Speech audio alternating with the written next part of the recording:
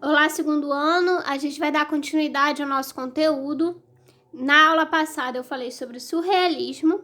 Nessa aula a gente vai relembrar um pouquinho o que a gente estudou. Eu vou mostrar outros artistas e a gente vai falar da Frida Kahlo, que é uma artista que ela tem uma questão com o surrealismo. Eu vou falar um pouco melhor mais pra frente. Então, primeiro, para a gente relembrar, como eu falei na última aula, o surrealismo ele tem essa intenção, né? Ele surge como uma forma de materializar o sonho. Então, os artistas eles se inspiram no universo dos sonhos para criar essa obra que tenha uma. Lembra que eu falei que era tentar criar uma supra-realidade, uma nova realidade que juntasse, né? Esse universo dos sonhos com o universo da realidade que a gente vive. Então, como eu mostrei, a gente tem o Marc Chagall, que cria essas figuras que flutuam, assim como o René Magritte também, que tem essa questão desse universo imaginário, desse universo de sonho. O Chagall ele tinha uma inspiração um pouco no conto de fadas. Tem o Miró, que tem essa questão de ser algo mais... de criar umas figuras mais aleatórias, de deixar era uma técnica que ele deixava a mão dele mais livre para criar os desenhos de uma forma quase inconsciente, deixar o subconsciente dele tomar conta na hora de fazer as obras. E já Salvador Dalí, que tem essa questão que a gente falou sobre a anamorfose, que ele transforma os objetos em outras coisas. Então, a questão que a gente tem e muda a forma, né, dos objetos. Como eu falei, a questão dos relógios nessa obra, que ele faz um relógio como se fosse algo sólido, mas derretido, como se fosse líquido. Relógio, né, que seria, na realidade, algo sólido, na obra dele aparece como algo que é quase líquido.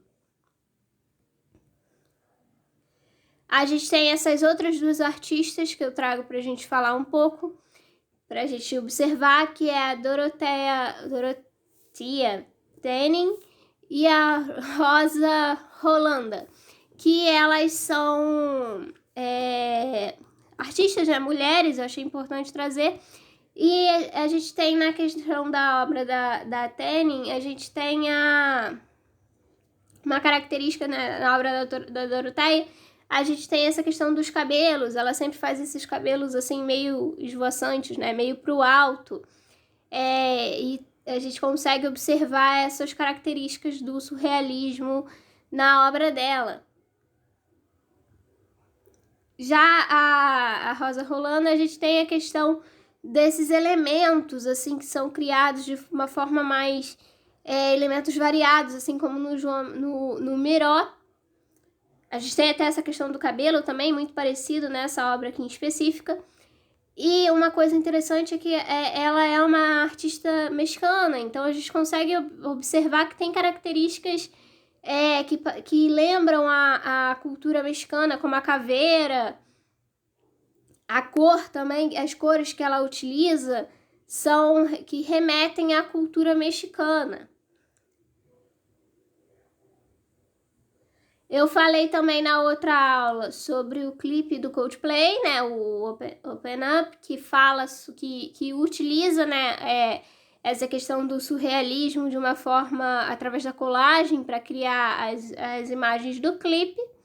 E falei sobre o grafite dos Gêmeos, que falei como o surrealismo, ele aparece muito, essas questões do surrealismo aparecem muito no grafite. Falei também sobre o cinema e aí eu falei sobre o filme do Gabinete do Dr. Caligari, que era um cenário criado que o cenário era criado com essas ideias surrealistas de criar um universo de sonho, um universo que não fizesse, que não remetesse tanto à realidade de uma forma literal. Ele é meio fantasioso, ele tem essa perspectiva meio distorcida. E aí, trazendo para os dias atuais, a gente fala um pouco sobre o uso do CGI no cinema.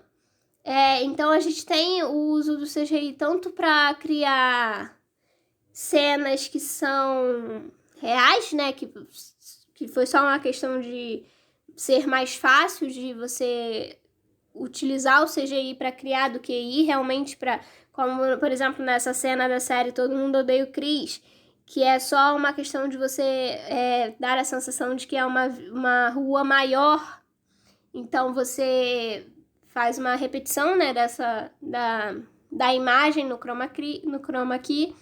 Aqui também, nessa cena de um filme de Bollywood, que foi uma forma mais fácil de você criar um cenário muito grande. Agora você precisa criar um cenário muito grande e às vezes não tem tanto recurso ou não tem realmente necessidade. Então você se utiliza do CGI para criar esses cenários. E a gente tem na questão mais fantasiosa. Então a gente tem a captação de movimento para criar personagens como o Hulk ou o macaco do Planeta dos Macacos, o gorila, né, do Planeta dos Macacos, o próprio Sméagol do Senhor dos Anéis. Tem essa cena também se eu não me engano, a invenção de Hugo Cabret, que tem essa cena em que ele vira meio que um robô, assim, um ciborgue. Então eles botam essa roupa verde nele para criar esse efeito. Mas você vê que o cenário, ele existe. Ele é físico, né? Ele é material. Eles só modificam ele na computação gráfica, adicionando mais alguns elementos, mudando outros. Mas a gente também tem a questão de você utilizar o CGI para criar um universo novo, completamente novo. Então eu vou trazer como exemplo aqui a adaptação do Tim Burton de Alice no País das Maravilhas, que a gente consegue observar aqui na imagem como ele era completamente ilusório, completamente criado pela computação. A gente tem essa questão do surrealismo que a gente está falando, a gente pode levar em consideração que, assim, Alice no País das Maravilhas, o livro, a história original, ela já é meio surtada, ela já tem essa questão de sonho, né? A Alice, ela tá sonhando. Então, a gente já tem essa questão surrealista na própria história. O filme e a animação da Disney também mostra isso. E o Tim Burton, ele tem esse estilo mais esquisito, mais fora do padrão de criar os filmes dele. Então, quando ele junta, né, esse estilo do Tim Burton com a história de Alice no País das Maravilhas, ele acaba exagerando e indo para criando esse universo completamente real, completamente surreal. Esse filme foi até muito criticado pelo exagero no uso da computação gráfica. A gente vê aqui que as cenas de real, né? Aqui a gente tem os figurinos e as pessoas, os atores. Fora isso, é tudo computação gráfica. Então, é claro que, assim, é um universo que seria muito complicado de se criar materialmente, né? Criar o cenário, mas ainda assim houve um exagero. A gente vê aqui, por exemplo, nessa cena do lado, tem a rainha de copas, em que tudo, incluindo o trono que ela está sentada, a escadaria é toda criada por computação gráfica. Para meio que contrapor essa ideia, eu trago aqui a artista, essa fotógrafa sul-coreana, que ela cria essas imagens, esses ambientes surreais para as fotografias dela, esses cenários. Isso é feito, isso não é computação gráfica, ela faz. Isso é feito, é ótimo, né? Porque computação gráfica também é feita, mas assim, isso é feito materialmente. São cenários, ela faz isso. Ela e a equipe dela, porque ela não vai fazer tudo sozinha, eles criam esses cenários para as fotografias. A gente tem aqui algumas cenas, né, algumas fotos dela criando esses cenários. Aqui é um vídeo da montagem da exposição dela, então mostra ela e a equipe fazendo esse cenário para a exposição, para as fotografias dela. Então mostra como tudo é feito, né? Esse é até um pouco mais simples do que os outros que eu mostrei, mas a gente vê que tem as referências, tem todo o trabalho de marcenaria, ela realmente faz as coisas junto com a equipe. E ela vai criando esse ambiente, ó.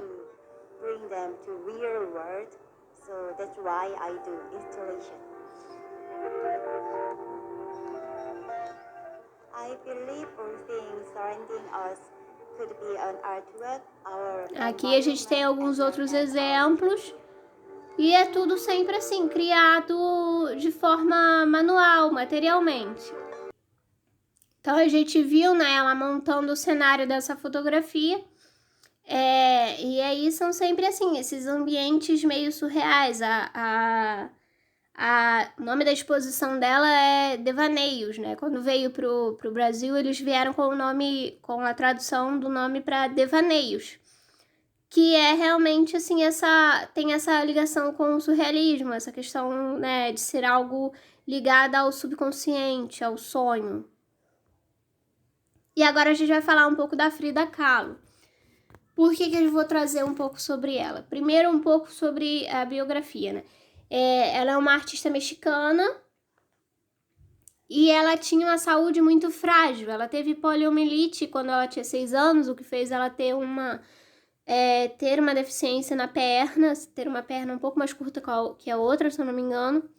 E quando ela tinha 18 anos, ela sofre um acidente de ônibus que acaba fazendo com que ela tenha múltiplas fraturas. Então, assim, ela se quebra inteira, fica muito tempo tendo que ficar de cama, porque não conseguia se mexer. E uma das sequelas que fica desse acidente é que ela fica infértil, que ela quebra uma quantidade de ossos muito grande no quadril e, enfim, isso dá alguns problemas. E uma das sequelas é que ela fica infértil.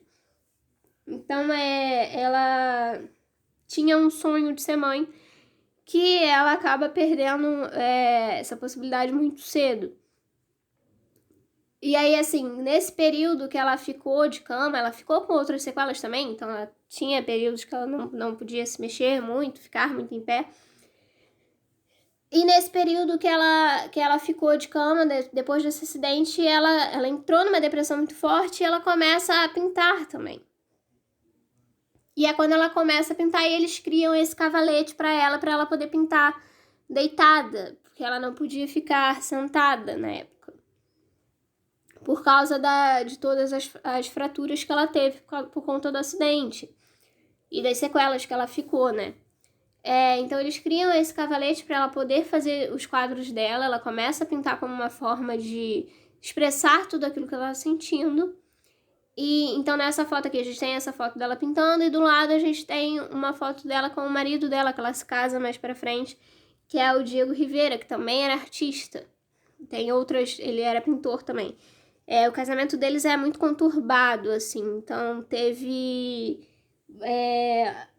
até um filme sobre a vida dela e conta um pouco sobre conta bastante, né, sobre o relacionamento dela com o Diego Rivera. Então, umas características da pintura dela é o autorretrato, ela faz muitos autorretratos, as paisagens e as cenas imaginárias.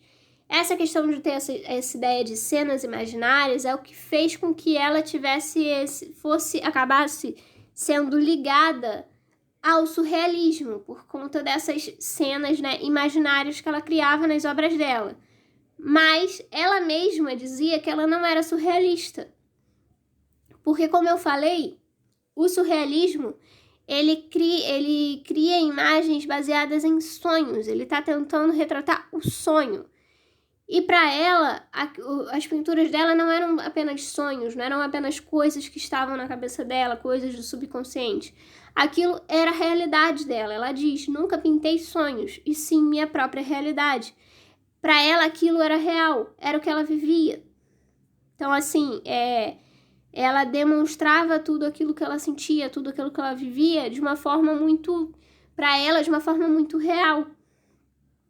Então a gente tem as questões, né, as temáticas delas são ligadas à realidade dela, a realidade não só dela, mas a gente vai ver também que ela tem uma questão com o feminino muito grande. Então, assim, a gente tem ainda como característica da obra dela a inspiração na natureza e na arte indígena mexicana. Então, a questão cultural para ela é muito presente, é muito forte. As cores muito vivas, então isso da questão cultural a gente vê através das cores também e através da forma como ela se vestia também. E a temática ela é ligada às próprias experiências e a questões femininas. Então, assim, eu não botei aqui, mas tem uma obra que ela faz porque houve uma violência muito forte contra uma mulher numa cidade próxima.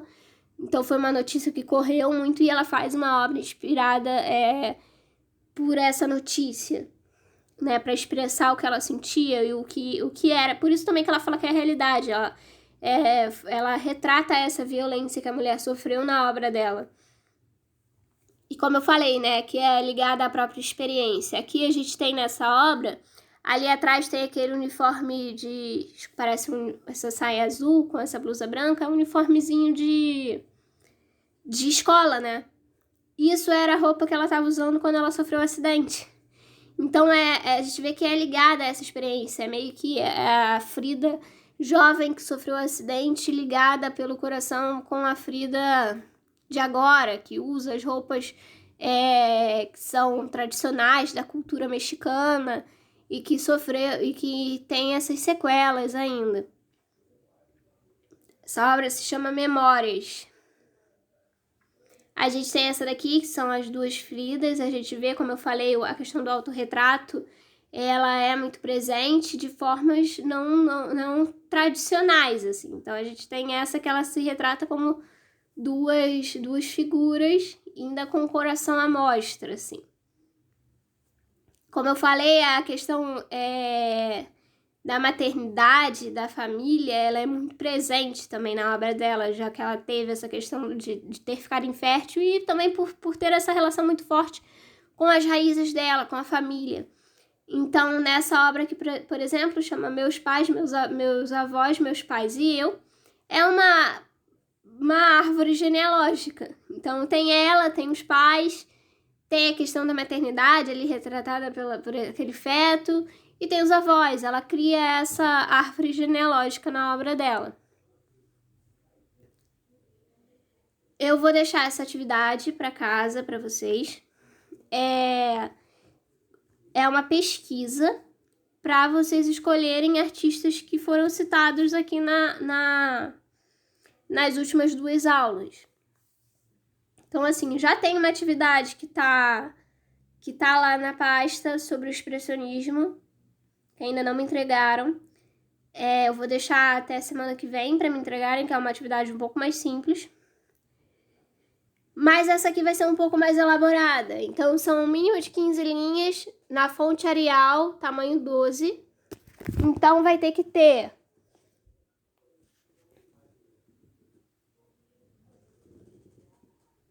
um breve resumo, né, sobre o movimento, sobre o surrealismo, coisas que eu já falei aqui nas últimas 2 aulas.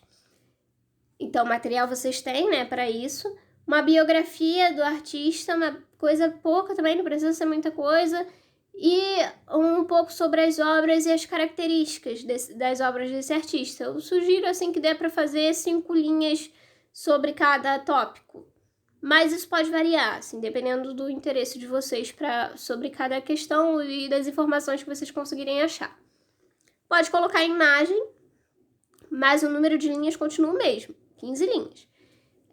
Isso é bem pouco, 15 linhas, assim, isso dá pra fazer tranquilo. E a entrega é no dia 29 do 4, daqui 2 semanas. Qualquer dúvida, vocês me procurem no aplicativo. Eu vou deixar lá também no dia que for nosso dia de tirar dúvidas. Vou deixar lá no mural uma parte específica para vocês comentarem se tiver alguma dúvida. E a gente se fala na próxima aula.